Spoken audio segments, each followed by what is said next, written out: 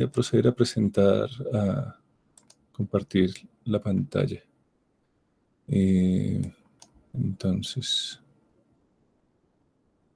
bien, estaría acá. Bueno, entonces, por favor, me confirma si están viendo la pantalla de Vensim vacía.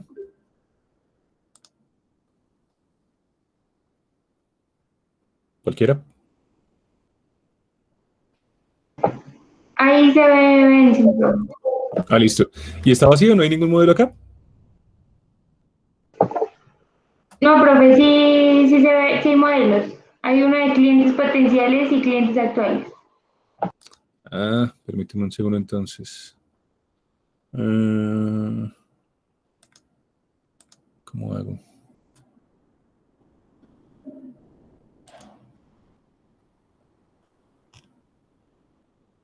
Permítanme un segundo, que no sé qué hice. A ver, otra vez.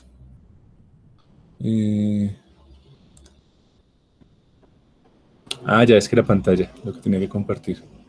Ya, ahora sí.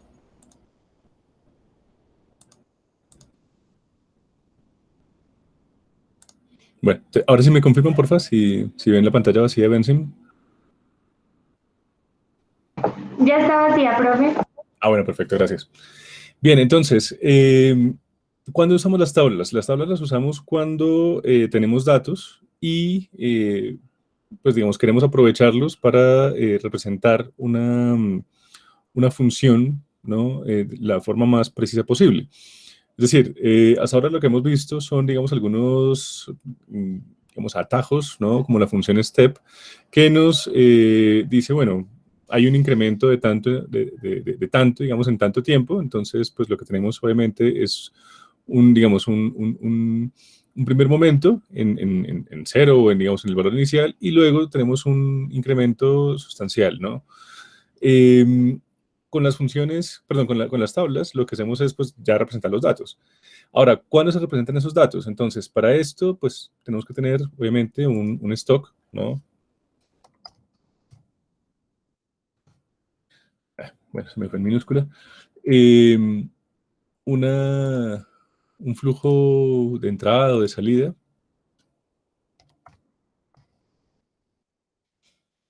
Y nuestra tabla de datos entonces sería como una auxiliar, siempre va como una auxiliar. Entonces, representémosla acá,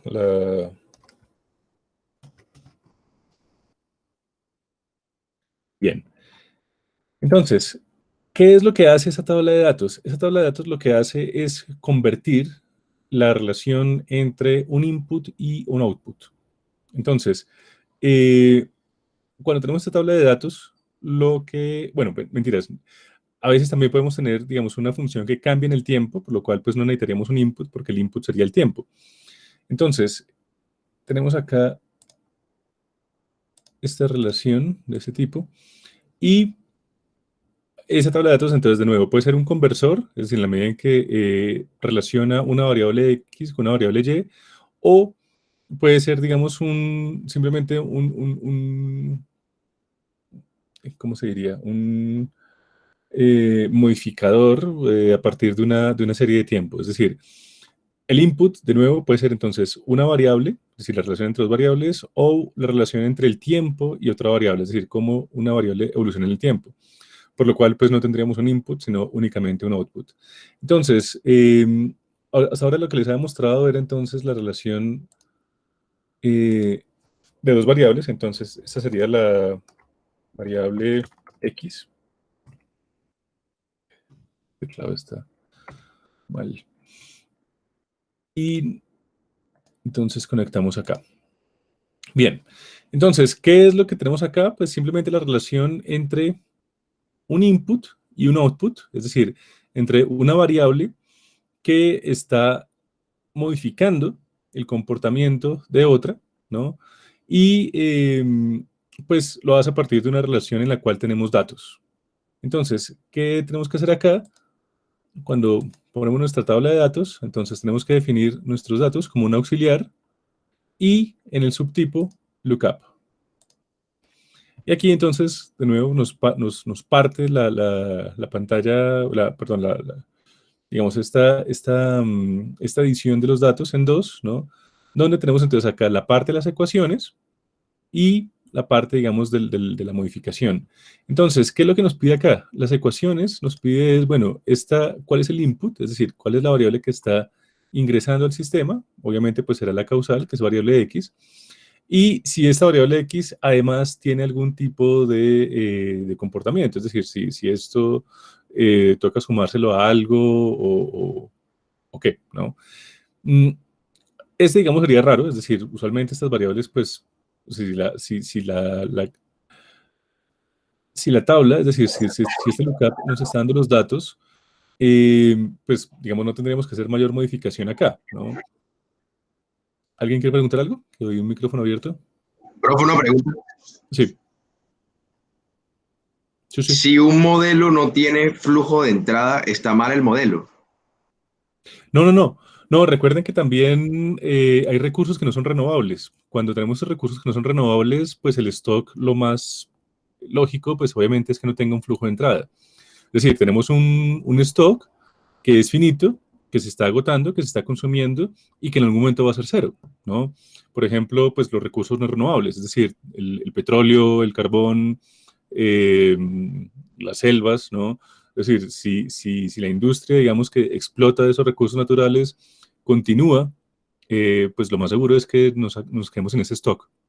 Entonces, no, es decir, los stocks pueden no tener un flujo de entrada eh, o pueden no tener un flujo de salida también. Es decir, hay variables que únicamente se acumulan, ¿no? Por Profe, una ejemplo, pregunta, y por ejemplo, con la tarea que usted puso para enviar el día de hoy, o sea, ¿es necesario poner el flujo de entrada o no? El de la permítame tabla. un segundo, miramos en qué consiste la tarea. Ah, bueno, aquí la tenemos. ¿Es esta, cierto? La de la oscilación.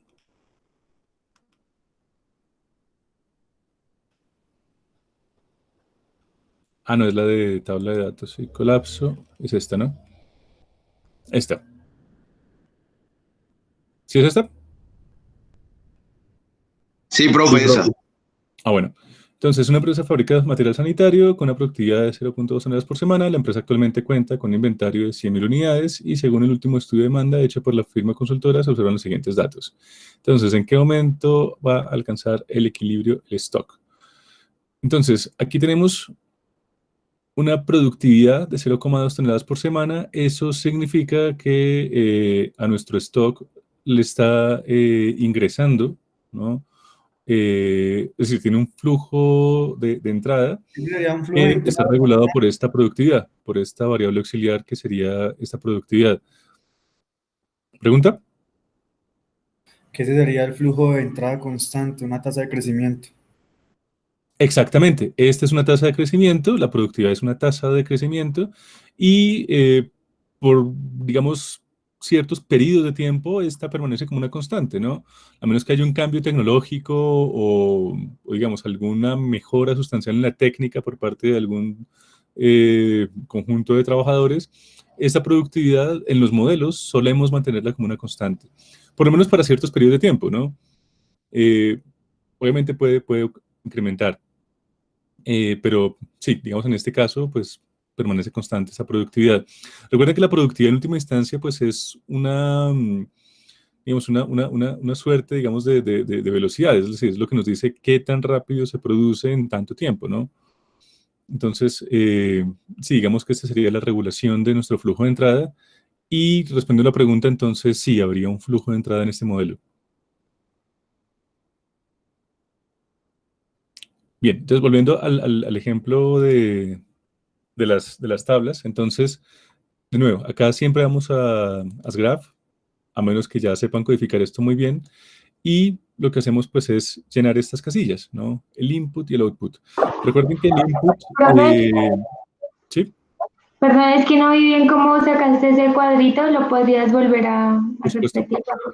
Gracias. Estamos acá, ¿cierto? Hasta acá vamos bien. Sí, sí. Vale. Entonces, aquí, bueno, ya definí que tenemos una tabla de datos, ¿no? En el subtype. Y entonces aquí lo que hacemos es darle As Graph. Aquí le damos un clic y aquí nos sale entonces esta tablita. ¿Sí? Ah, ya. Gracias, profe. Sí, ya. Ok. Entonces, aquí empezamos a llenar datos con una condición, y es que el input, recuerden, obviamente es el que va a determinar el comportamiento del output, ¿no? Es decir, aquí tenemos entonces las X en esta columna y aquí tenemos las Y. Aquí tenemos las variables independientes en el input y aquí tenemos las variables dependientes en el output, ¿no? Es decir, el output va a depender de los valores del input, ¿no? Es más o menos la regla en cualquier tipo de modelado que hagamos, ¿no? Así sea algebraico. Entonces, una condición, recuerden, es que el input siempre nos va a ordenar las variables de menor a mayor, ¿no? Entonces, no sé qué tipo de relación podemos tener, no sé, digamos una inversamente proporcional. Digamos que aquí tenemos un 0 y en Y tenemos un 10, por poner un ejemplo. En el input, entonces, tenemos un 1, aquí tenemos algo que no sea lineal, pongamos un 7, aquí tenemos un 1.3, aquí tenemos, no sé, de nuevo un 10, una función bien loca. Aquí tenemos un 2, aquí tenemos un 5, y bueno, así digamos, podemos tener aquí un 15, por ejemplo. Bien. Digamos, aquí tenemos un modelo oscilatorio, ¿no? Digamos, con un crecimiento en el tiempo, ¿no? Es decir, podríamos modelar esto a partir de un modelo oscilatorio. Entonces, bueno, aquí tendríamos estos datos. Decimos entonces check syntax, la ecuación está ok. Y, de nuevo, estos datos que nosotros metemos acá van siempre en esta parte del lookup, ¿no? Por eso definimos aquí como lookup. Ahora, ustedes pueden ver que aquí efectivamente también hay una función lookup, ¿no? Pero el tratamiento sería distinto, porque entonces aquí esa variable ya sería completamente exógena. Me explico. Bueno, ahorita les muestro cómo sería, digamos, ese comportamiento. Termino acá y ya vamos a esta parte. Entonces, aquí lo que hacemos es decirle al modelo que la variable X es nuestro input y que el output, es decir, el comportamiento de Y va a ser determinado por esta relación, ¿no? Es decir, por una función de tipo oscilatoria, ¿no? Entonces le decimos OK. Digamos que para nuestra variable X le decimos que 1, para ponerla después en el síntesis poder empezar a manipularla. El inflow decimos que es igual a la tabla de datos, es decir, no sufre ninguna modificación. Y el stock pues va a ser igual al inflow. Aquí le ponemos un valor inicial, no sé, de 1, por ejemplo. Ahorita miramos entonces qué pasa si aquí tenemos un refuerzo positivo, ¿no? Vamos a ver qué pasa a continuación. Entonces le damos simulate. No tengo suficiente memoria, me toca crear otro archivo. Listo, guardar. Sí, le damos simulate. Entonces, ¿qué esperamos que pase en el stock? Pues que más o menos mantenga el comportamiento de esta tabla de datos, ¿no? Y no pasó. Bueno, ¿por qué?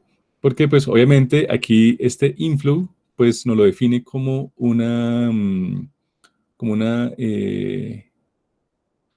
constante, perdón, y cuando esta integra, pues recuerden que lo que hace es darle un valor de una variable, ¿no? Y pues, es decir, si aquí, digamos, este inflow es 0,5, cuando se integra, pues lo que hace es convertirlo, ¿no? en X. Entonces, démosle aquí, y este entonces sí ya es la cuestión. Entonces, tenemos la tabla de datos por nuestro stock con una condición, y es que tengamos un valor inicial distinto de 0, porque si esto es 0, recuerden, pues todo va a ser 0.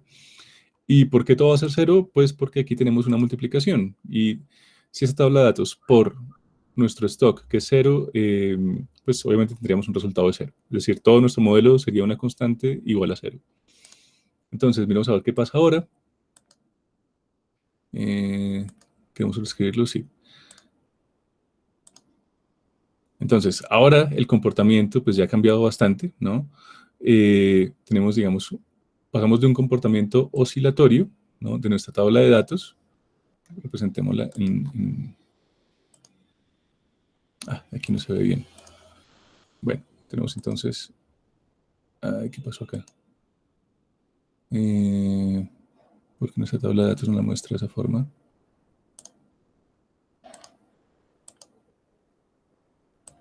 Bueno,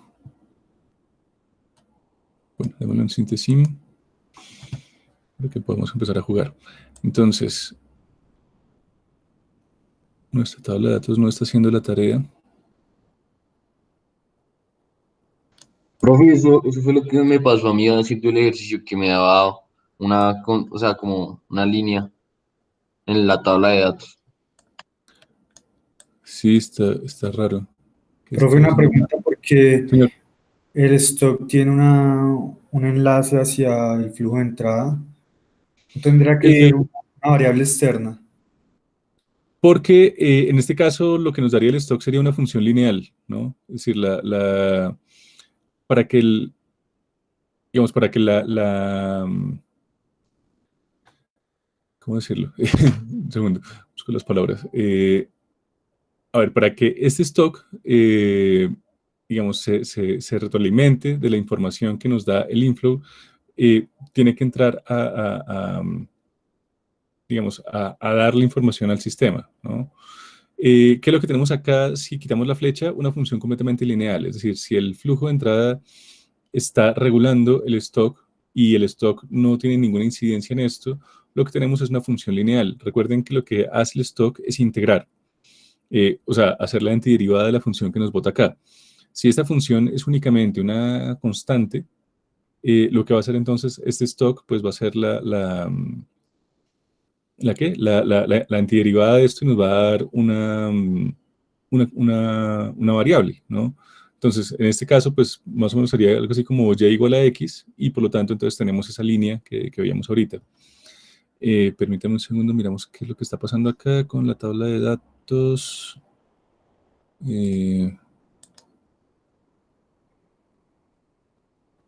No entiendo qué fue lo que pasó. Voy a mirar las diapositivas. No, en las diapositivas no pusimos la tabla de datos, ¿o sí? No, no la pusimos. Me estaba mandando gallo esto.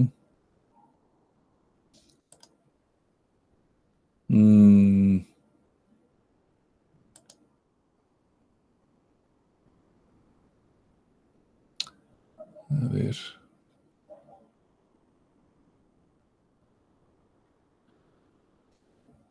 Ujú.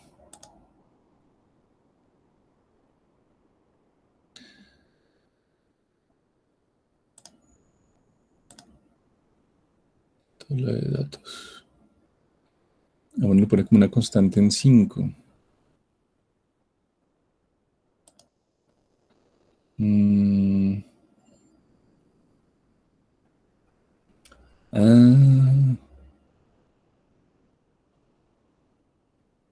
No, creo que ya sé qué es lo que pasa. Pongamos aquí. Pongamos una función de step. Que creo que ya sé cuál es el meollo del asunto. Entonces pongamos un hay 4 en el tiempo 3, por ejemplo. A ver qué pasa.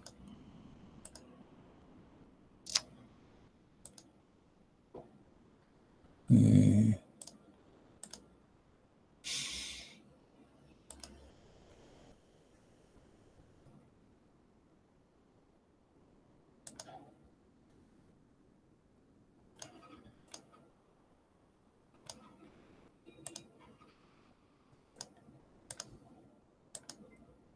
ver.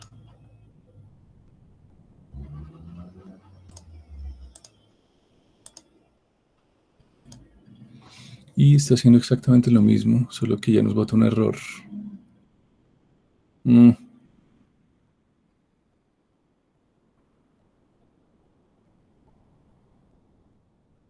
sé.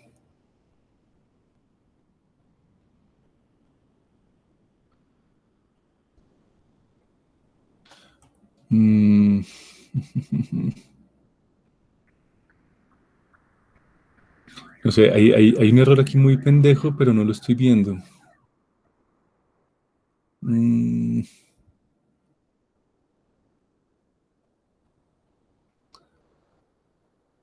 Cuando manejamos la tabla de datos en los modelos. Profe, ¿y si cambias la dirección de la flecha de inflow a stock? No tiene nada que ver, no sé. ¿Esta flecha dices tú? Sí, profe. Pensaría De que hecho, no, porque nos seguiría dando un modelo lineal. Ah, bueno, aquí tenemos aquí stock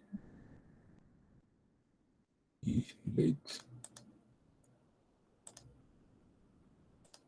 Efectivamente, nos da una función completamente lineal.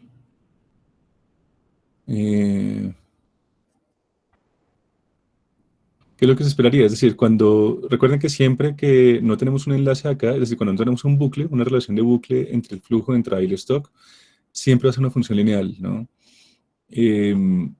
Las funciones no lineales siempre están determinadas por los bucles. Pero lo que no entiendo es por qué el sistema no está cogiendo el comportamiento que nos da la tabla de datos. Algo hice Profe, mal. eso tal cual me dio a mí. O sea, a mí tampoco a mí me salía siempre el error de suma y Sí. Sí, me tocaría consultar. A ver, ¿qué pasó acá? Entonces el valor en Y es el mayor. Y en X. No, perdón, en X el valor mayor es. profe, para el examen tú dices que eso debería de ser no lineal, ¿sí? ¿Cómo, perdón? Para el examen, en las descripciones que tú pusiste, deberíamos hacer un modelo no lineal, Eh, ¿verdad? para este ejercicio. Para el examen, en las descripciones que tú dices, Ah, sí. el modelo es no lineal, debería ser no lineal. Sí, correcto. Gracias. Permítame un segundo que creo que ya, ahora sí voy con el. Profe, si puedes explicar el parcial bien exactamente qué toca hacer, sería de mucha ayuda. Vale, permíteme un segundito, que creo que ya di con el chiste. Y modelemos esto. Ay.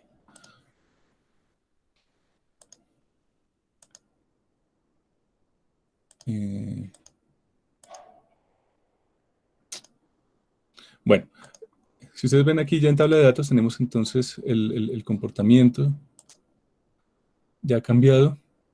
Pero bueno, digamos esa parte les voy a hacer un tutorial especial porque pues hay unas salvedades acá que toca tener presentes. Bueno, entonces, con respecto al parcial, voy a cambiar entonces al artículo de la BBC. Bien, entonces, en el parcial tenemos dos comportamientos, este que es la tasa de desempleo, en lo que va digamos, desde el gobierno de Obama, ¿no?, hasta el de Trump. Vemos que en el gobierno de Obama, pues, efectivamente la curva, pues, es mucho más descendente que en el de Trump, es decir, en estos 4 años, pues, hubo una tasa, digamos, una reducción mucho más sustancial de desempleo que lo que ha habido, digamos, en los 2 años de Trump, y en este 2020 se dispara esta tasa de desempleo. Ahora, este modelo, entonces, requeriría, pues, obviamente, también incorporar la tasa, perdón, el número de solicitudes de subsidios de desempleo. Entonces, lo que tenemos aquí, pues, obviamente, es una relación en el cual, pues, esta es una función del desempleo. Es decir, a la medida que aumenta el desempleo, pues, obviamente, va a aumentar el número de solicitudes de subsidio precisamente por ese mismo concepto, ¿no? Por desempleo. Ahora, tenemos aquí pues obviamente un inconveniente que no me había percatado antes, y es que pues obviamente para 2020 solamente tenemos un dato, ¿no? Que es 14.7, y que venía entonces de por debajo del 4%. Para el modelo nos interesa toda la dinámica del sistema a partir del gobierno de Obama y los 2 gobiernos de Trump. No necesariamente, ¿no? Porque pues, por un lado, estos son años, ¿no? Y por otro lado, porque pues realmente en la medida en que los subsidios de desempleo dependen de la tasa de desempleo, pues únicamente nos interesaría lo que es 2020, ¿no? Que es realmente pues, el año en el que se dispara el desempleo, obviamente por el coronavirus. Entonces, digamos, de este modelo, digamos, me interesaría no todo ese diferencial, es decir, estos últimos 10 años, ¿no?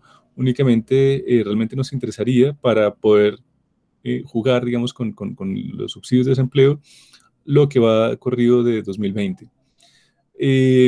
Ahora, ustedes dirán, bueno, faltan datos. Sí, bueno, aquí, digamos, tenemos algunos datos. Ustedes pueden consultar la página que sea de su predilección. Tenemos entonces, para mayo todavía no hay datos, porque como estos son promedios, ¿no? Entonces, pues como no se ha acabado mayo, todavía no tenemos el dato de mayo. Para ese dato de mayo podemos usar ¿no? Este 14.7. Bien, entonces, bueno, lo que vemos acá es que sí, efectivamente, la tasa de desempleo en enero era del 3.5, luego aumenta a 3.6 en febrero, en marzo aumenta el 3.8 y en abril se dispara, ¿no? Ahora, ¿cómo responden los subsidios? Pues de la misma forma, ¿no? En abril tenemos aquí un pico en el cual pues tenemos el mayor número de subsidios, ¿no? Y va disminuyendo. Para abril era 16, ¿no? Y según la BBC, para mayo es 14.7, es decir, para mayo se ha reducido en un 1.3%, y eso es, pues, más o menos es el comportamiento que muestra aquí también, ¿no? Es decir, hay una reducción un poco más drástica en el número de reclamaciones o de solicitudes de subsidio. Digamos, hasta acá, ¿qué tipo de comportamiento ven ustedes? Es decir, ¿cuál estructura genérica usaríamos para representar esta relación entre la tasa de desempleo y el número de subsidios por tasa de desempleo?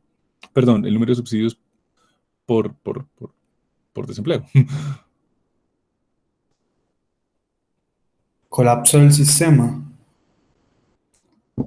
Tendríamos entonces este overshoot and collapse.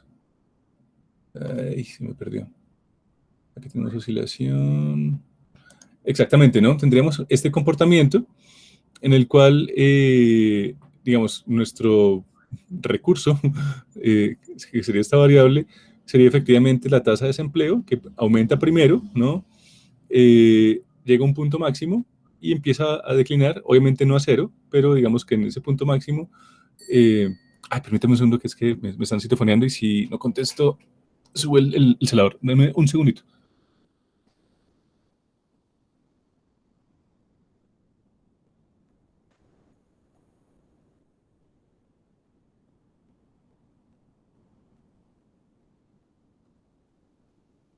Ya, qué pena.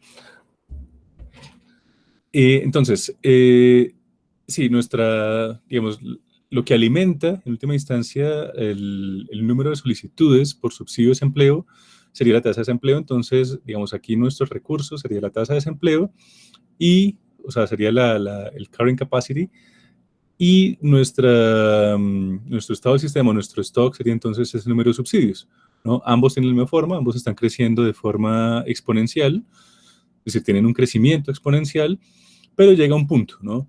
Un punto máximo. Vemos entonces acá que es mucho más pronunciado por el tipo de datos que nos da este modelo. Es decir, aquí tenemos entonces un crecimiento muy lento, es decir, una constante que, pues, es decir, estaba por debajo del millón de solicitudes, muy por debajo, y se dispara, ¿no?, a partir de abril. Y luego vuelve y cae. Ahora, de nuevo, no cae a cero, ¿no? Es por eso que es importante, digamos, tener presente los datos, ¿no? De todas formas, el modelo más aproximado, pues obviamente es el que se va a llevar el 5, ¿no? Es decir, no tiene que ser una representación exacta de esto, lo único que me interesa es que capten la dinámica del comportamiento. Teniendo en cuenta, pues obviamente que son dos variables distintas, ¿no? Es decir, por un lado tenemos el número de solicitudes de subsidios de desempleo y por otro lado tenemos una tasa de desempleo. Entonces, de nuevo, son digamos, dos unidades distintas, dos objetos, dos materiales completamente distintos, es decir, son dos stocks con unidades distintas, ¿no? Entonces, de nuevo, esta sería nuestra capacidad del sistema, nuestro carrying capacity, de nuevo, solamente a partir de 2020. Y para esto, pues, de nuevo, pueden usar estadísticas como esta, por ejemplo. Aquí lo único que hice fue googlear tasa de desempleo de Estados Unidos 2020 y ya me botó esa tabla. Pero pues hay otras más especializadas, ¿no? Un ejemplo de esa tabla que te arroja, ¿sí? A nosotros hacer esa tabla con nuestro modelo. ¿Cuál sería nuestro output?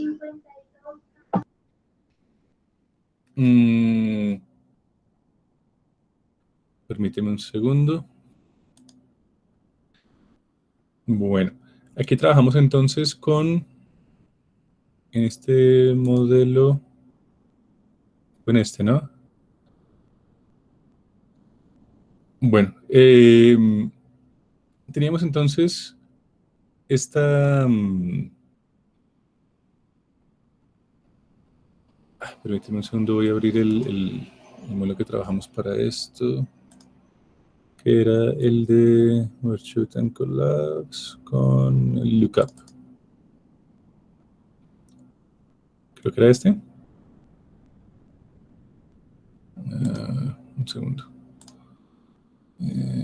Overshoot and Collapse. Sí, creo que era este.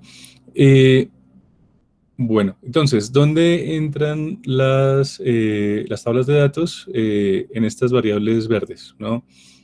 Bueno, que tengo resaltadas en verde. Digamos, como lo pone ahí, es el efecto digamos, de la variable recursos del stock recursos sobre el stock, en este caso, pues, bueno, lo pusimos stock.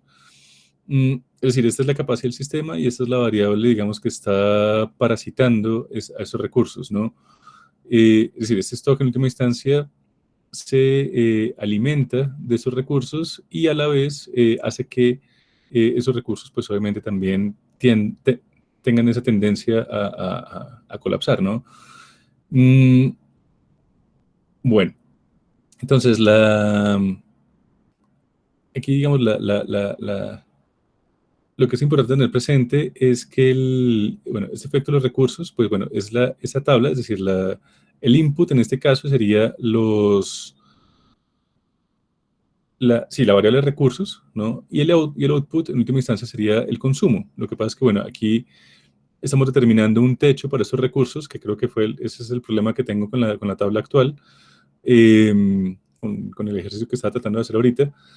Y es que, bueno, hay que poner un techo a esa tabla y ese consumo, de nuevo, entonces, pues es regulado por el stock. Entonces, aquí tenemos una relación en la que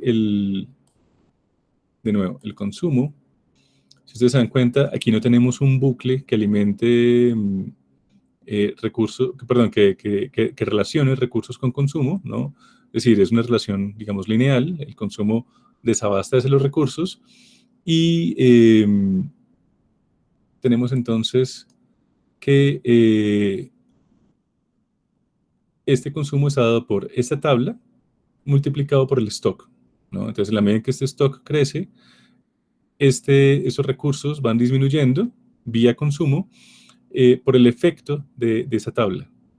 Entonces, de nuevo, este sería el input, recursos sería el input, y el output sería, en última instancia, pues este consumo que está dado por el stock, ¿no?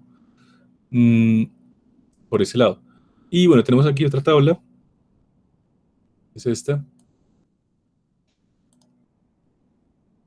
en la cual tenemos entonces el efecto de los recursos en el stock, ¿no? Recuerden ustedes que estos recursos, por un lado, determinan qué tanto puede crecer el stock, ¿no? Y por otro lado, es decir, en última instancia, estos recursos afectan el flujo de salida del stock, ¿no? Es decir, si ustedes se dan cuenta aquí, pues hay una relación muy indirecta, pero esos recursos sí, digamos, en este sentido, es decir, tienen dos variables auxiliares, digamos, de intermediación, pero hay una flecha que ustedes ven que va de recursos al outflow, ¿no? Y de la misma forma que hay una flecha que va del stock al consumo, que también es el outflow de los recursos. Una de las características, obviamente, es que este stock pues, tiene una tasa menor que la de alimentación, si se quiere, o de flujo de entrada, que la tasa de flujo de entrada de los recursos, ¿no? Porque si no, pues obviamente lo que tendríamos pues es dos crecimientos exponenciales, ¿no? Bien. Entonces, bueno, aquí también tenemos, digamos, esta mediación, es decir, tenemos entonces que hay un techo, digamos, para este efecto de los recursos, que sería esta constante, que sería la tasa de crecimiento normal. Aquí también tenemos un consumo normal. Y entonces este efecto de los recursos sería digamos, la relación hasta este punto, ¿no? Es decir, este, digamos, sería el techo, el goal seeking, la meta de esta relación, de este modelo goal seeking que se está dando en este punto. No sé si respondí la pregunta, creo que me perdí un poco divagué un poco acá en esta parte. Pero sí, digamos, los recursos en última instancia son el input de la variable stock, ¿no? Recursos es el input por ambos lados, ¿no? Podemos eliminar uno, por supuesto, es decir, digamos, aquí no necesariamente tenemos que tener dos tablas, podemos mandar esta flecha de recursos a outflow directamente, ¿no? Y meter esa tasa de crecimiento normal aquí en el outflow y hacer la relación. Digamos, aquí era por mostrar dos tablas. Bueno, me provoca mandarles este modelo para que lo experimenten ustedes y a partir de esto puedan tener una estructura genérica para el modelo. Pero bueno, a lo que voy es eso, ¿no? Es decir, creo que la pregunta era esa, ¿cómo establecemos cuál es el input y cuál es el output? En un modelo de overshoot and collapse, los recursos siempre son el input y el stock, o el parásito, el stock que se está alimentando de esos recursos, siempre va a ser el output, ¿no? Por donde lo tomen, es decir, ya sea por el lado del desabastecimiento de los recursos o por el lado del desabastecimiento del stock, siempre los recursos van a ser el input, ¿no? Es decir, todas las tablas siempre van a tomar como input, es decir, lo que alimenta las tablas, el origen de las tablas siempre va a ser el stock de recursos y el destino, es decir, el output de esas flechas, pues va a ser elementos que afectan al stock y en este caso, pues también a los mismos recursos, ¿no? Bueno, entonces ahora les comparto este modelo que, bueno, ya vemos acá. Tiene estas características. Estos son, bueno, estos que ustedes vieron acá, si ustedes se dan cuenta, son advertencias, no son errores, ¿no? Son advertencias que nos están diciendo que, bueno, que esta tabla de datos se puede estar desbordando, pero, es decir, no son errores propiamente del sistema, ¿no? Son advertencias para la parte, digamos, para hacer, digamos, la parte de la validación. Bueno, entonces, más o menos tendremos el mismo comportamiento, ¿no? Una tasa de desempleo que llega a su punto máximo en abril y parece que empieza a disminuir, obviamente no llega a cero, se queda en este punto, y un stock que pues responde, es decir, un número de subsidios de desempleo que está también aumentando en la medida que aumenta la tasa de desempleo y que, pues sí, digamos, empieza a colapsar de una forma mucho más drástica que el volumen de recursos, ¿no? Entonces, aquí, digamos, tendríamos un overshot and collapse donde el colapso, digamos, no es tan drástico, o por lo menos no llega a cero, como digamos, sería, digamos, la dinámica de estos sistemas. Es más o menos el ejercicio. Pero entonces sí, digamos, les voy a pasar entonces este modelo para que ustedes puedan, digamos, tener esa tabla, esta estructura genérica y puedan hacer los cambios que sean necesarios para que, pues, podamos tener un modelo más cercano a estas gráficas, ¿no? Y a este. ¿Preguntas hasta acá? Profe, una pregunta. Mira, ¿Para cuándo toca entregar el parcial? habíamos quedado el sábado o el lunes, no me acuerdo muy bien, qué pena, ¿me recuerdan?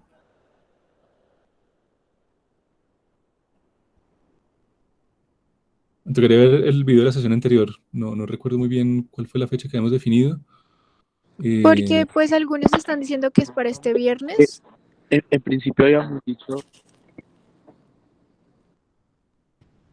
Sí,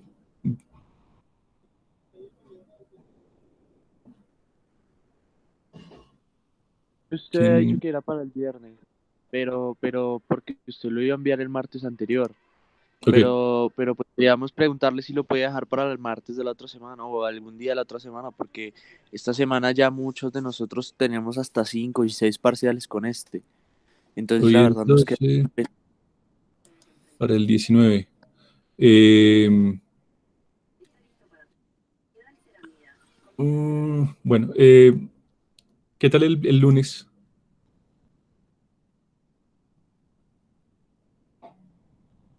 ¿Por qué el lunes? Con el fin de poder hacer la evaluación tenerle listas las notas el martes, a más tardar el miércoles, socializárselas el miércoles y tener esos 3 días para hacer las modificaciones del caso.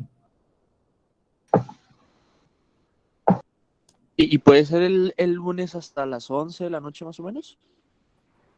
Listo, lunes hasta la medianoche. Y entonces sí, el martes me dedico a calificar. Señora, Vale, profe, gracias. Profe, te iba a preguntar si dime. ibas a mandar las notas de los talleres que ya hemos hecho, así como los cortes pasados, para ver cuántos puntos tenemos. Sí, por supuesto. No he terminado de calificar, ya me faltan poquitos. Eh, Les iba a proponer, bueno, si querían que hiciéramos la retroalimentación de esos trabajos.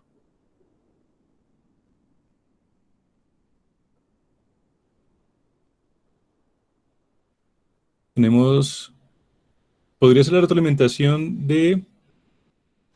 bueno, de los que ya me han enviado. Este, por ejemplo, todavía no me lo han enviado todos, por eso no puedo hacer la retroalimentación de este.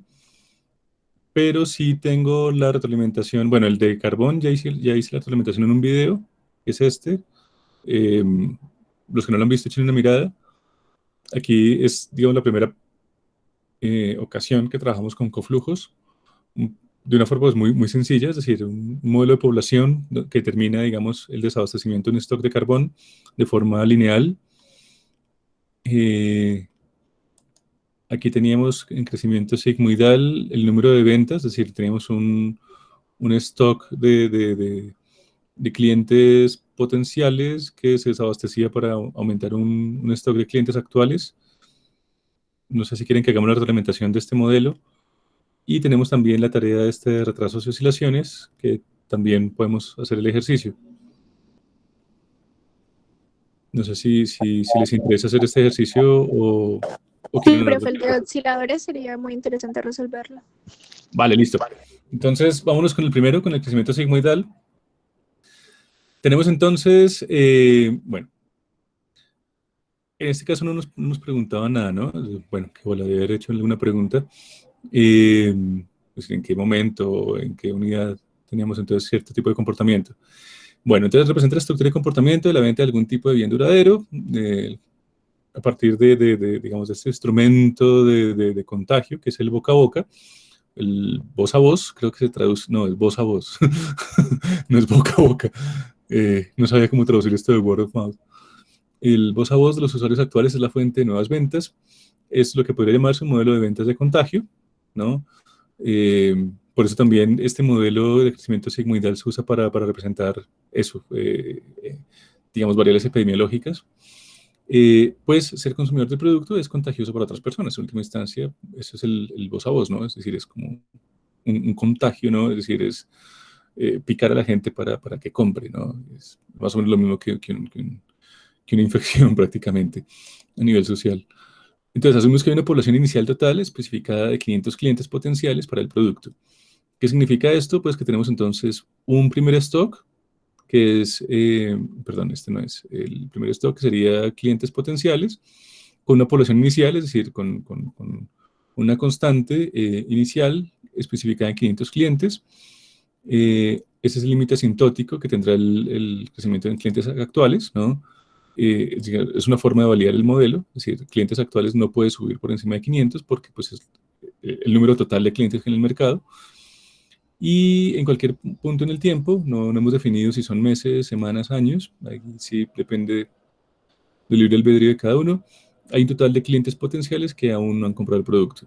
Entonces, ¿qué es lo que vamos a representar? Pues un stock que se vacía en el tiempo, es decir, de forma sigmoidal pero con pendiente negativa, y unos clientes actuales que va a incrementarse en forma DS, pero con pendiente positiva. Entonces, bueno, vamos a simular el proceso de difusión. Tenemos entonces aquí dos reguladores que son ventas por contacto, que son iguales a un 10%, y otro que sería la tasa de contacto base, que sería otro regulador de nuestro flujo que alimentaría, perdón, sí, que alimentaría los clientes actuales y que desalimentaría estos clientes potenciales. Entonces vamos al modelo. Es un modelo, pues, digamos, bastante parsimonioso, solamente tiene 5 variables. Entonces tenemos este primer stock, que son los clientes potenciales, definida la variable como con un valor inicial de 500, ¿no? Que fue la población inicial total que nos dijeron. Eso lo define el mismo Benzim, es decir, aquí no hicimos nada, es decir, aquí no pusimos menos ventas, esto lo hizo Benzim solo. Tenemos entonces que estos clientes potenciales pasan a ser clientes actuales, ¿no? A partir, pues, obviamente, de esta tubería, ¿no? De este grifo, ¿no? Que desalimenta pero que alimenta y que llamamos ventas. Esos clientes actuales, aquí hay digamos, un truco, y es que este valor inicial tiene que ser distinto de 0, ¿no? Aquí puse un 1 arbitrariamente, puede ser 0,0001, pero tiene que ser un valor distinto de 0. Ahora, como clientes, pues es una variable que uno diría, bueno, es más una variable discreta, ¿no? Es decir, no podemos tener 1.5 clientes, a menos que estamos hablando de promedios, por eso escogí este 1. Pero de nuevo, siempre tengan presente que pues, en Benzim trabajamos con variables continuas. Entonces tenemos estos dos reguladores, que son ventas por contacto, que es el 0.1, el 10%, y esa tasa de contacto base, que es el 2%, o sea, 0,02. Recuerden que Benzim no trabaja con porcentajes, ¿no? Es decir, aquí no podemos poner 2 y el símbolo de por ciento, tenemos que hacer la conversión. Y bueno, 2% es, ya sabemos, el 0,02.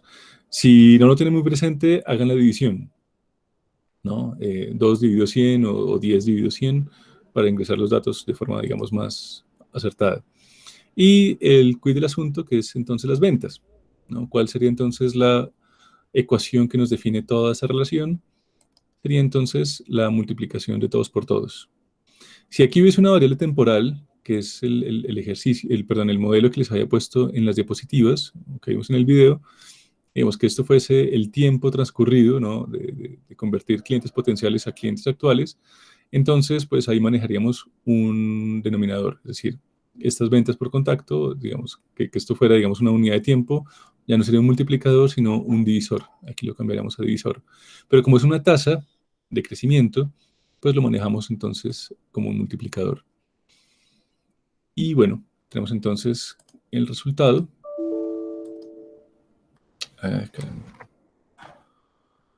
Es este. Ahora, de pronto a ustedes no les dio de una forma digamos, tan estilizada, porque aquí estoy usando un integrador con un time step muy bajito, ¿no? ¿Qué pasa si, digamos, pongo el que viene por definición, que es 1? Va a cambiar significativamente el modelo, ¿no?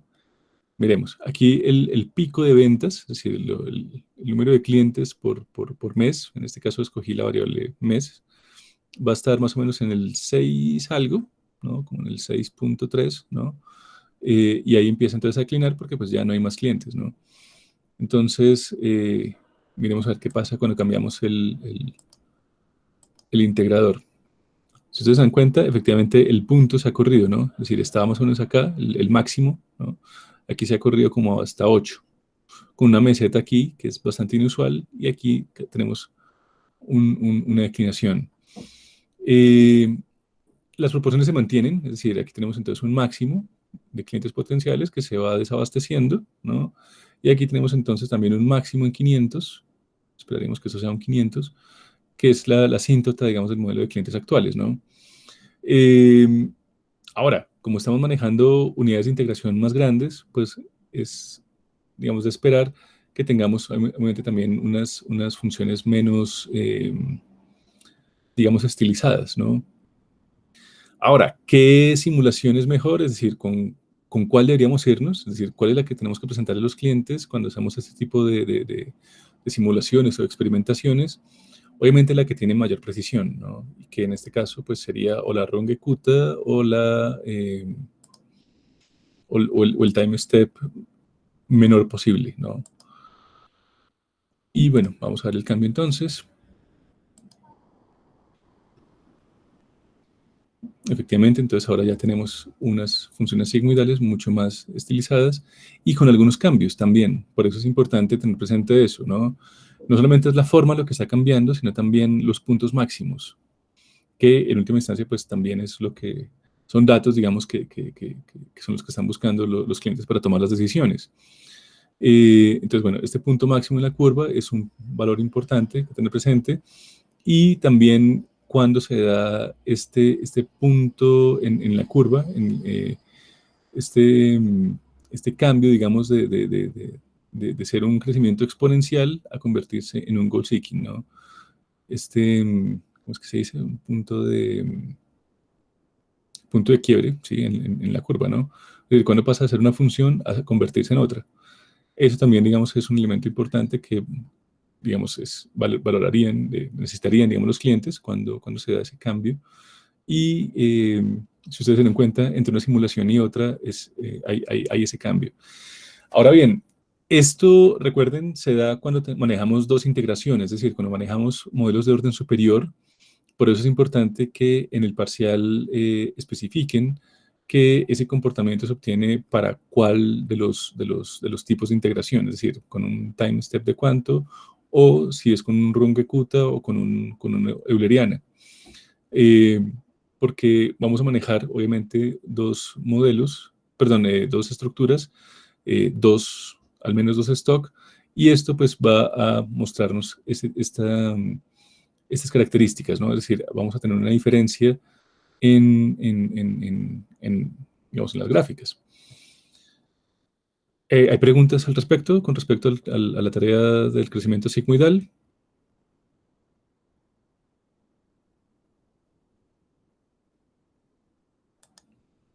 Bueno, esta era digamos, la respuesta para este modelo. Entonces tenemos de nuevo, un modelo con dos stock, uno que se desabastece y otro que se abastece. Por eso también estos modelos se llaman de difusión. Y miremos entonces la de retrasos y oscilaciones, en la cual tenemos entonces el modelo de las aduanas, ¿no? Un importador contrata a una firma de analistas que le aseguran que su nivel óptimo de stock en bodega a partir de las proyecciones de consumo en los almacenes son 100.000 unidades de tenis. Sin embargo, en aduana los pedidos provenientes de la fábrica se demoran 25 días, ¿no? Digamos, es una constante en los mercados de importación que se manejan estos retrasos. Y recuerden, esto fue, digamos, la dinámica que hicimos con el juego de la cerveza, es decir, es una constante que en los modelos complejos, es decir, en casi todas las realidades económicas, manejemos estas oscilaciones, ¿no? Estos retrasos en los pedidos, entre el orden y los pedidos, entre lo que se consume y lo que se produce, hay esos retrasos, ¿no? Entonces, bueno, aquí, pues, bueno, puse de una vez un Runge Qt4, ¿no?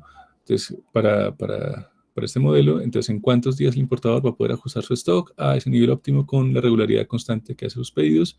Si actualmente cuenta con 175.000 unidades de producto. Y, bueno, qué bien se permite formular su respuesta. De pronto, muchos de ustedes no dieron con cuál era el chiste que les estaba preguntando acá, es decir, cuál es esta clave de la respuesta, es decir, cómo llegar al punto exacto en el cual tenemos que el modelo deja oscilar para convertirse en un modelo, digamos, equilibrado. Y, bueno, ¿qué tipo de diferencia hay entre una euleriana con un time step 1 y una euleriana con un time step de 0,00, es decir, con el menor posible, con el más pequeño de los posibles de los time steps? Recuerden que estos time steps son los rectángulos sí, o esas figuras que están debajo de la curva, ¿no? Y con la cual estamos haciendo el ejercicio de determinar el área debajo de la curva, ¿no? Entonces, recuerden, entre más pequeñas sean estas unidades, pues obviamente es mucho más precisa la medición. Bien, entonces vamos al modelo de bodega. Me perdió. Bueno, vamos a la tarea de oscilación. Sí. Bueno, entonces en este caso teníamos exactamente esta estructura, que era la de oscilación, ¿no? Tenemos entonces un stock, que en este caso es nuestra bodega, que vamos a ver, digamos, para el caso que nos interesa, como todavía no tenemos ventas, entonces pues lo manejamos como si solamente tuviera un flujo de entrada. Y por otro lado tenemos la aduana, ¿no? Que en la aduana tenemos entonces que, bueno, llegan las importaciones, permanece en aduana y luego entonces sale de aduana para nuestro stock, ¿no? Y en ese transcurso, entre el tiempo, digamos, que sale de aduana y entra al stock, pues pasan entonces 25 días, me parece que era. 25 días, sí. Bueno. Entonces, a partir de, obviamente, este stock, pues obviamente hay unos pedidos, ¿no? Que son los que se hacen y que llegan a aduana, ¿no? Es decir, a partir del comportamiento del stock, pues se hacen más o menos pedidos para que ese stock pues se mantenga constante. Entonces, pues hay una meta de stock, que es la que nos da el estudio, ¿no? Hay una discrepancia, digamos, en estos modelos siempre va a haber esa discrepancia, es decir, la medida en que tenemos que tenemos ventas o que tenemos, digamos, estos retrasos en los pedidos, pues va a haber esa discrepancia. Y esa discrepancia pues va a ser la función que alimentará el flujo de entrada de los stocks, es decir, los pedidos que hacemos a la fábrica y que llegan a aduana. Podríamos incrementar más variables para hacerlo más complejo, pero digamos que la intuición de este modelo, a partir de las características, pues no requiere, digamos, que tengamos otra estructura para fábrica, ¿no? Únicamente son los pedidos que hacemos. ¿Por qué? Pues porque obviamente es una constante, es decir, si nosotros le pedimos a fábrica 5 unidades de algo o 5 toneladas de algo, pues la fábrica no nos va a dar, es decir, no nos interesa ver cuál es el funcionamiento interno de la fábrica para este modelo, por lo menos para estas características, ¿no? Recuerden que la idea de los modelos también es ser lo más funcionales posibles, y en esa medida, pues, es una ganancia que tengamos esta simplificación. Bien, entonces, aquí entra al stock de forma lineal, ¿no? Es decir, los pedidos, digamos, es decir, la aduana no afecta, el nivel de stock de aduana no afecta que tantos pedidos entren. Digamos que este stock es infinito, es decir, en la aduana pues entran y entran y entran stocks. Los importadores pues no, digamos, no tienen que regularse a partir de cuánto nivel tiene el stock de aduana, ¿no? Por eso entonces no tenemos acá una flecha, digamos, que vaya de stock a flujo, ¿no? Pero sí tenemos de acá de flujo de salida a stock, porque pues aquí sí tenemos un bucle, ¿no? Es decir, entre más flujo de salida tenemos, pues obviamente menor va a ser nuestro nivel de stock, pero también tenemos que este nivel de stock pues va a cambiar, perdón, este flujo de salida, perdón, va a ser determinado también por el nivel de stock, ¿no? ¿De qué forma? Pues de forma negativa. Es decir, si bien acá tenemos que a más flujo de salida, más stock, tenemos también que a más stock, menos flujo de salida, ¿no? Perdón, a menos stock, perdón. A más flujo de salida, tenemos entonces menos stock, ¿sí? Y a menos stock, más flujo de salida, sí. Sí, creo que es así. Y bueno, y aquí tenemos entonces también una relación donde el flujo de salida pues será exactamente el mismo que termina el flujo de entrada, ¿no? Bueno, entonces, sí, es este. Bueno, entonces aquí los valores, nuestro nivel óptimo, de acuerdo con el modelo, entonces son 100.000 unidades de tenis, ¿no? Bueno, aquí podemos poner entonces tenis. ¿Era con una N o con dos Ns que le puse? Bueno. En bodega importador tenemos un valor inicial, ¿no? Que es un auxiliar que estamos determinando acá para poder hacer las simulaciones. Y por eso nos lo muestra en gris, ¿no? Es decir, recuerden que las variables que entran, los auxiliares que entran en los stock, siempre son exógenas y siempre son con fines de hacer experimentación. Nunca son variables endógenas que cambien con la dinámica del modelo. Por el lado de recepción en bodega, de nuevo tenemos el despacho a bodega, es decir, es exactamente este valor, es decir, la recepción en bodega va a ser exactamente igual al despacho en bodega. Aquí no hay una relación directa entre bodega e importador, es decir, aquí solamente habría una relación lineal en principio. Y bueno, ¿qué otros valores importantes tenemos? Tenemos entonces en aduana un valor inicial de 0, es decir, esperamos siempre se desabastece eso que tenemos en aduana para ingresarlo a nuestro stock, por lo tanto, pues siempre, digamos, asumimos que ese valor inicial es 0. Y, ¿qué otro? Bueno, la discrepancia, ustedes ya saben, siempre es igual a la meta menos el stock. En este caso sería la bodega del importador.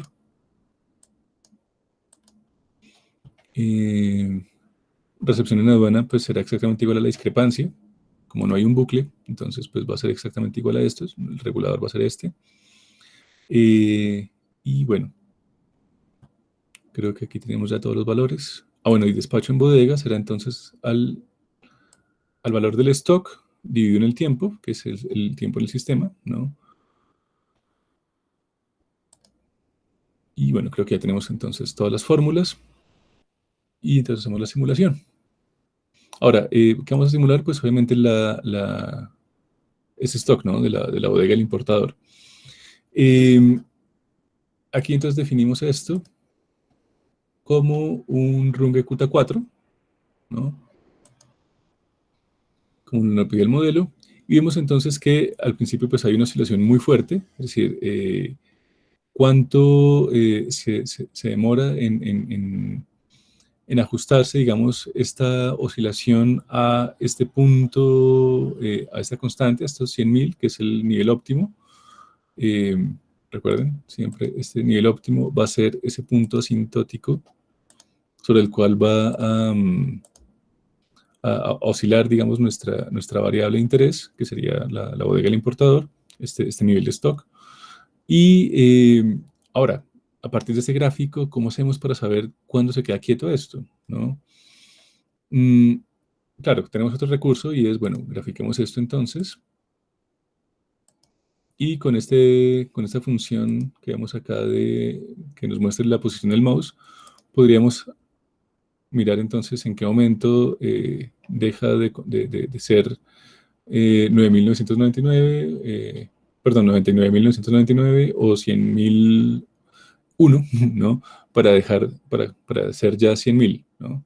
Pero obviamente eso no sería muy aproximado, ¿no? Si ustedes se dan cuenta, pues sigue oscilando mucho. Y para eso entonces tenemos la respuesta que era mirar la tabla de tiempo. Vamos aquí a bodega en importador y vemos la tabla de tiempo. ¿Qué es lo que nos dice esto? Pues que esta es la oscilación, ¿no? Empieza muy grande, va decreciendo, luego se vuelve a intentar ajustar, pero vemos entonces que son cambios muy bruscos, ¿no? Entonces, ¿qué es lo que buscamos acá? Pues cuando empieza a ser ya 10.000, perdón, 100.000, ¿no? Como vemos al final. Es decir, si se dan cuenta, aquí ya nuestra variable ha alcanzado su equilibrio. La pregunta entonces es, ¿a partir de cuándo?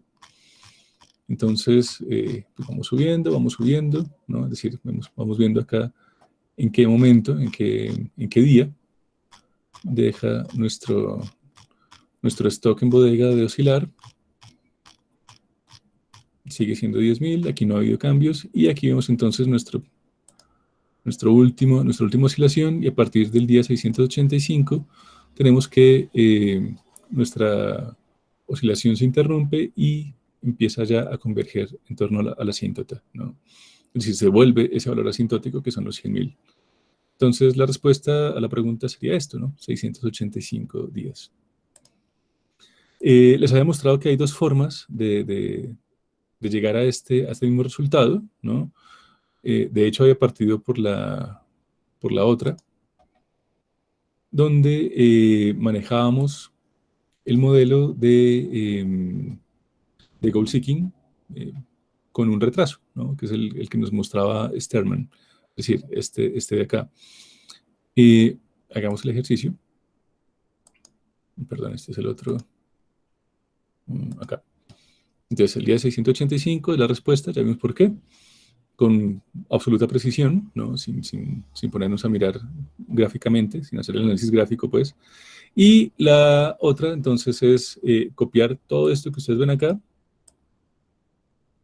hasta acá, y mandar entonces directamente ese tiempo en el sistema a recepción en bodega, con un retraso, que es exactamente esto, ¿no? Bueno, aquí se me revolvieron las variables.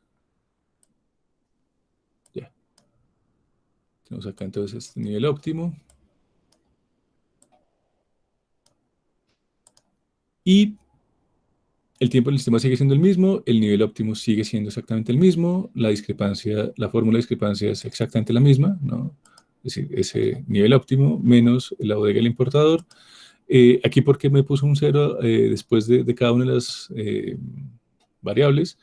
Porque, como le di copiar, y en un modelo no puede haber, perdón, en una pantalla no puede haber dos variables con el mismo nombre, entonces pues él hace el cambio, ¿no? Es decir, él le pone un sufijo, digamos, para que no se llamen exactamente igual, a pesar de que tengan exactamente los mismos valores, para evitar, digamos, ese error en el sistema. Entonces, bueno, hasta aquí todo es exactamente lo mismo, lo que cambia es aquí la fórmula, ¿no? Aquí entonces lo que le pusimos fue un delay con un iniciador, ¿no? Ese iniciador pues va a ser este argumento, que empieza en el tiempo, en el primer momento. Entonces, recuerden ustedes cómo se definen estos delay, estas funciones de delay. Se definen a partir de un primer argumento, que es el input, en este caso pues es discrepancia, un segundo argumento, que es el tiempo en el sistema, que pues obviamente aquí lo puse como tiempo en el sistema, y ese iniciador, ¿no? ese momento inicial, es decir, a partir de cuándo empieza a correr este retraso, que sería entonces el momento 1, ¿no? Entonces quitamos esto, y bueno, le damos cancelar. Ahora, ¿cómo sabemos si realmente es el mismo modelo? Es decir, ¿cómo podemos llegar a tener absolutamente la certeza absoluta de que es exactamente lo mismo? Pues hacemos el mismo ejercicio. Seleccionamos entonces la bodega de acá. Recuerden mantener pulsado el Shift. Entonces, clic izquierdo. Y clic izquierdo acá. Entonces, ustedes ya ven que aparecen seleccionadas las dos bodegas. Y le decimos que a la tabla de tiempo que nos reproduzca estas dos variables.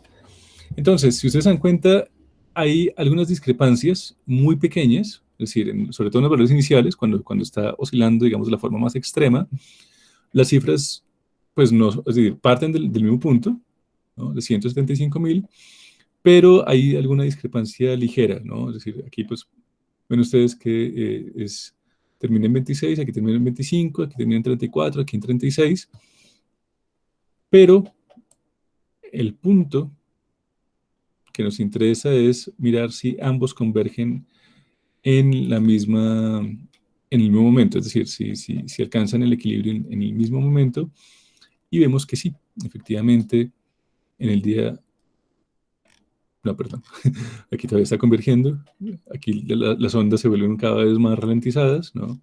Aquí todavía hay hasta acá, ¿no? Hasta el 685, aquí ya, digamos, ambas ondas dejan se atenúan, ¿no? Y ya se vuelve entonces esa constante. Y podemos ver de aquí en adelante, es decir, de 685 hasta el 1000, que es nuestro horizonte temporal, que ya ambas variables dejan de oscilar, ¿no? Es decir, se mantienen constantes. Es decir, ya vamos en el día 809 y ambos stocks, digamos, permanecen en equilibrio. Ya llegamos al día 900, no ha habido cambios. Y llegamos entonces al día 1000, 999, y efectivamente, pues hay esta constante, ¿no? Entonces, pues sí, podemos decir que a pesar de esas pequeñas variaciones, es el mismo modelo, ¿no? Aquí podemos representarlo con unas graph, prácticamente están sobremontadas las dos variables, ¿no? Maximicemos esto, con cambios muy pequeños, ¿no? De todas formas, pues claro, es decir, a pesar de ser la misma función, pues la integración de esto, pues produce, digamos, algunos efectos en las últimas cifras, pero cambios muy pequeños, es decir, ustedes ven, pues efectivamente el comportamiento es el mismo. Es decir, aquí resaltamos la bodega importada, es decir, nos paramos aquí en esta línea azul y luego nos paramos en esta línea roja y pues vemos que están perfectamente sobremontadas ambas funciones. La otra pregunta era, bueno, ¿qué pasa si esto lo integramos ya no con un Runge-Kutta o con un nivel bajo de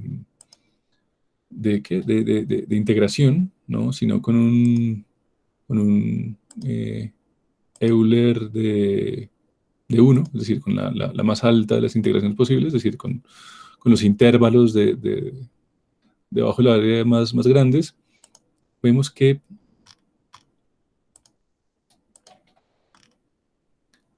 esta oscilación que al principio era extrema y se atenuaba, aquí permanece constante, ¿no? Entonces, de nuevo, por eso es importante que en el ejercicio del parcial, y si no han terminado de hacer el de la tabla, bueno, el de la tabla creo que es de una sola variable, de una sola constante, de un solo stock. Digamos que ahí no sería tan drástico el cambio. Pero recuerden, cuando tiene al menos dos stocks, es decir, cuando es un modelo de orden superior, la integración sí es bastante difusa, ¿no? Es decir, hay cambios drásticos entre una integración y otra.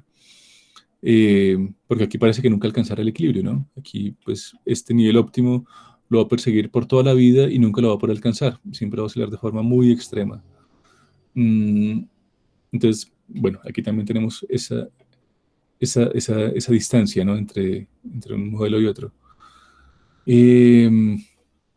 Bueno, esto por el lado de las tareas. Y bueno, como les decía, el otro ya es la tabla de datos, pero pues desgraciadamente este no se los puedo dar porque pues no tengo todos los ejercicios en el correo. Bueno. Entonces, ¿preguntas, inquietudes?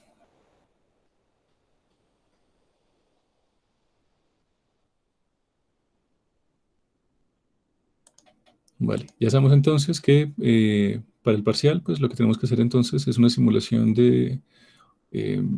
sobre impulso y colapso, overshoot and collapse. con una salvedad, y es que, bueno, este recorrido, ¿no?, de la tasa de desempleo del 2010 al 2020 no nos interesa, únicamente nos interesa es este elemento de acá. Por eso les decía, tengan cuidado con las unidades de tiempo, ¿no? Siempre manejan las más pequeñas. Es decir, aquí manejarlo en años pues no tendría mucho sentido. Tenemos que manejarlo incluso en semanas, ¿no? Es decir, aquí ni siquiera en meses. Entonces, bueno, la tarea es conseguir entonces cuál es la tasa de desempleo por las semanas de 2020 para poder hacer este ejercicio, ¿no? De comparar peras con peras y manzanas con manzanas, ¿no? Porque nada nos sacamos tener esas cifras mensuales, porque aquí lo que están manejando son semanas. Bien.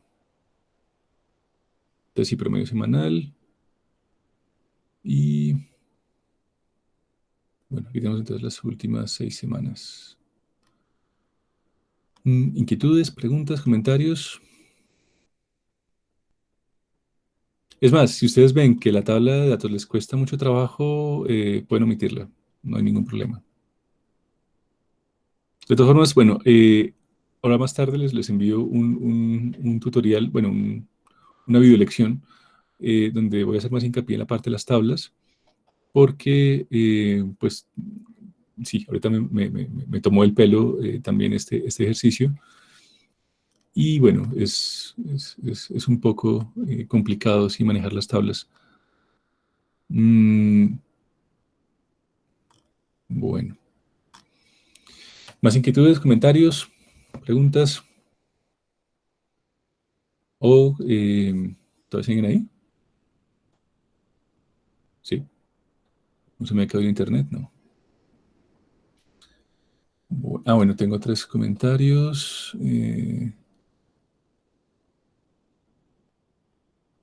No son para mí. 2021. Sí. Dígame, José. Si quiere el micrófono, bien pueda.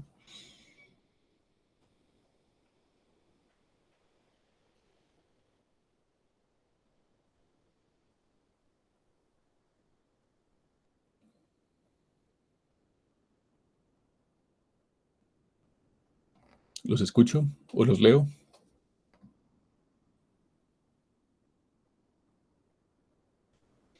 El lunes hasta la medianoche. Lunes 18 de mayo. De nuevo, puede ser en parejas, no hay ningún problema.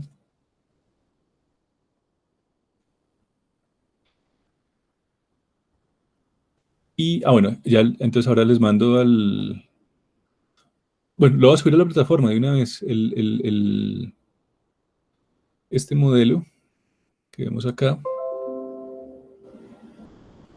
Este es Lookup, efecto recurso en el stock.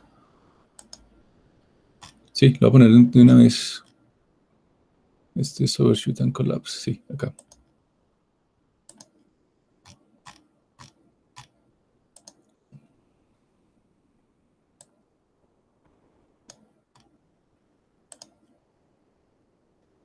Bien.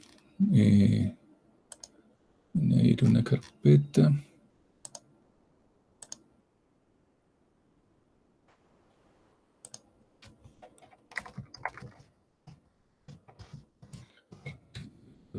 Tal.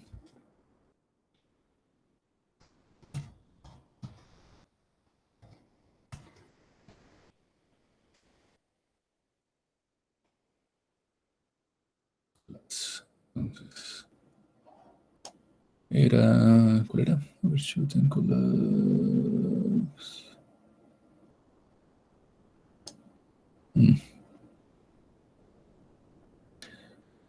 Entonces, Overshoot and Collapse más Lookup.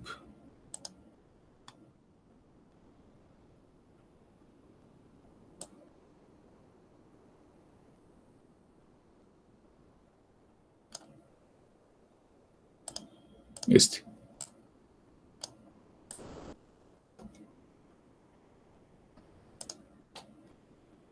Y guardar cambios.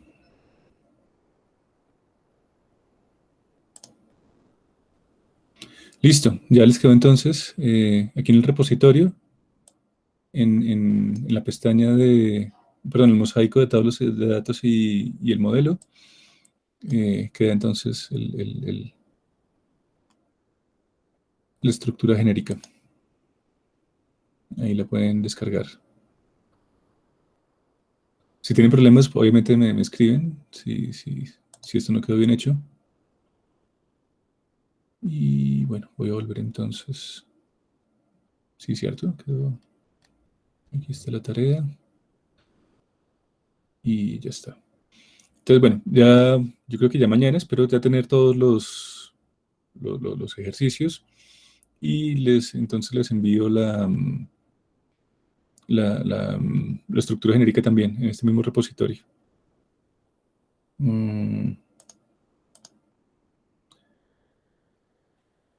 Pero ese además del parcial. La tarea, esa tarea esa tarea es para hoy, ¿no? Bueno, para hoy ya tenía que estar si no estoy mal, creo que ya tenían que tener la lista. No me acuerdo qué plazo di para esta. Creería que era para hoy porque ya tengo algunos en el correo. No sé si sea así. Pero bueno, como no, es decir, como tengo como 3 trabajos nomás, entonces pues por eso es que no hago la retroalimentación de esta. Aquí están las clases ya subidas, las de la semana pasada. La de ustedes, que es la del martes. Ese es el overshoot, ¿no? La diferencia entre ambas variables.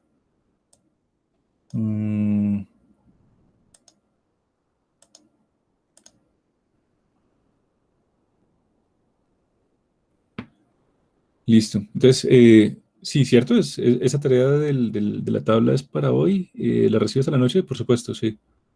No hay problema. Hasta la medianoche. Y ya mañana entonces, mucho, ahora que termine de recibir entre ahora y la medianoche, que termine de recibir los trabajos, entonces voy calificando y ya mañana entonces les tengo la relación de notas lista de todos estos modelos el carbón, bueno, sí, ese de ecoflujos de carbón, el de el modelo de difusión a partir de la sigmoidal, el de ¿cuál fue el otro? Que acabamos de hacer.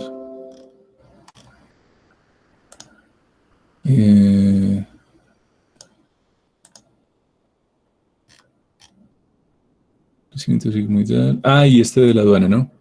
Son entonces, serían 4 notas, cuatro ejercicios, 4 talleres. Y con eso sacamos el 60%.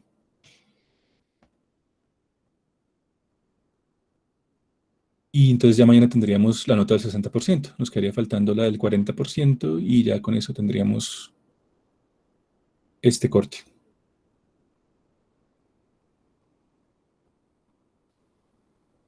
Entonces sería para el próximo lunes. Tienen, sí, prácticamente una semana. Bueno, tendrían 2 fines de semana, porque el parcial lo subí el sábado, me parece que fue. Señor, Giovanni, si quieren abrir el micrófono, bien pueden hacerlo, ¿eh? No hay lío.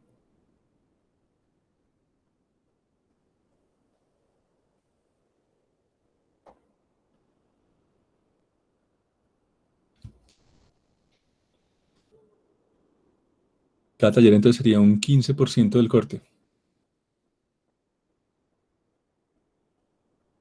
Para hacer la nota del primer corte.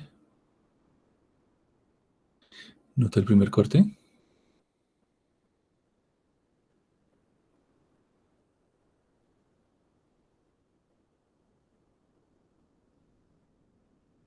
Bueno, por favor, me explica un poco más en detalle en un correo personal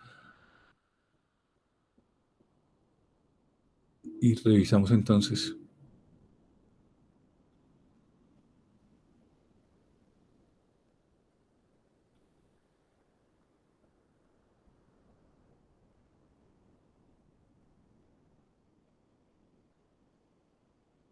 Bueno, pues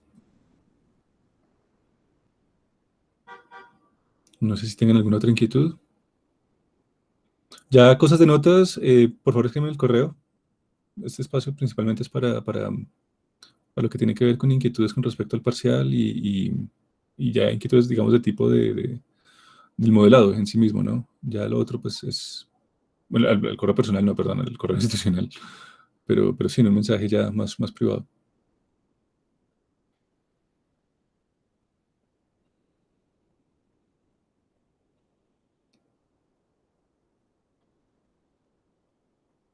Bueno,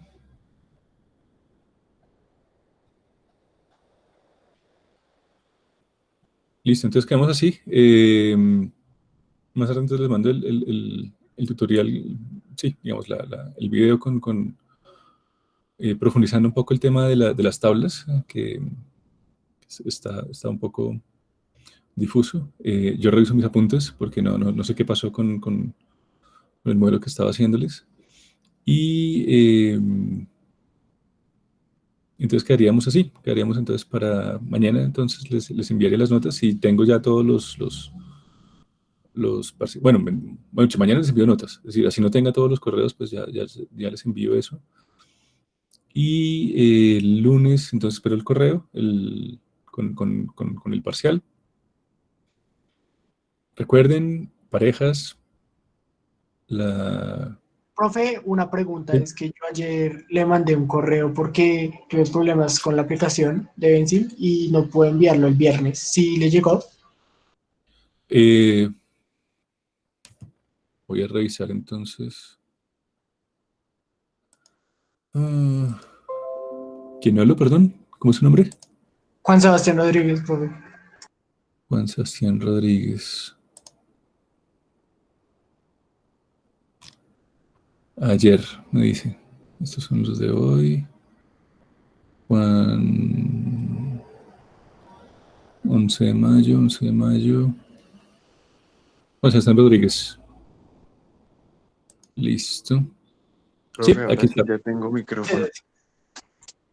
Eh, bueno, mándeme el archivo de Benzim, ¿no? Porque aquí pues no puedo ver la, la, la gráfica, ¿no? El comportamiento. Ah, bueno, profe. Yo se lo mando más tarde, ¿listo?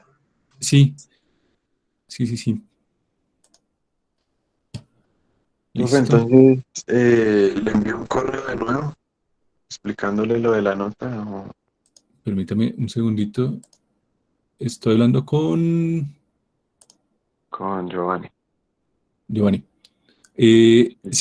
Sí, por favor, para no ponerme a abrir aquí archivos a lo loco.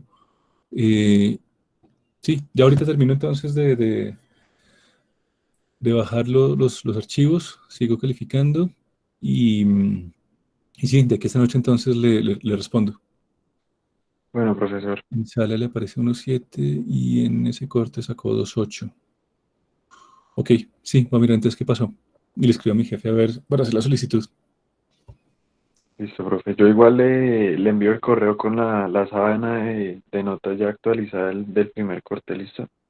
Sí, por favor, Vale, hagamos eso. profe. Ok, y bueno, pues no sé si ya damos la sesión por concluida o si tienen más inquietudes. Para ponerme a hacer entonces el video de las tablas, que me dejó así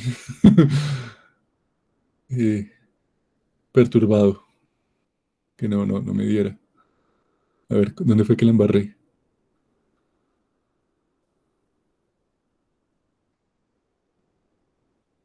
Bueno, si les parece entonces, nos despedimos.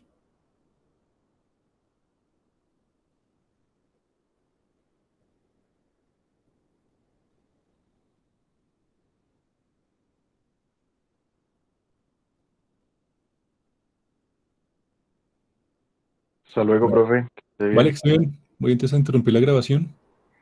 Chao, profe, que esté bien. Vale, mucha suerte. ¿Dónde está?